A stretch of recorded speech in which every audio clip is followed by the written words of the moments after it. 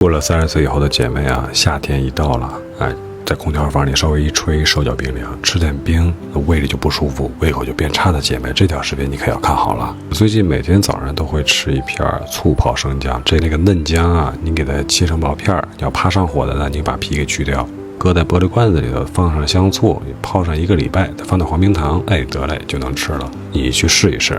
就这东西吃起来那叫一个爽口，而且酸甜的，还带着点脆生劲儿，一点都不辣，就跟吃的小零食似的。早上起来配粥，你吃一片，那胃口一下就打开了，感觉味蕾都活过来了，而且吃完以后胃里暖暖乎乎的，可舒服了，跟一个小太阳在胃里一样。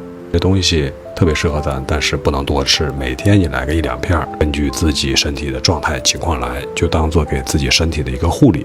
是爱吹空调爱吃点冰冰凉凉的姐妹这个真的值得咱们试一试。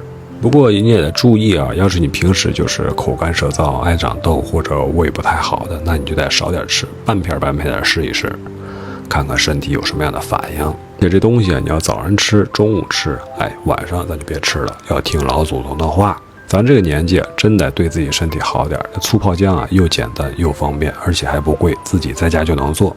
你要是感兴趣自己就在家试一试。嫌麻烦的姐妹也可以去买我放在链接里的这一款我试过了，味道真的很不错。且是用的铁罐山药醋，又加了蜂蜜、金银花、甘草、枸杞、桑葚，用料非常实在这姜入口一点都不辣了，而且这种醋的味道在姜一泡特别好吃。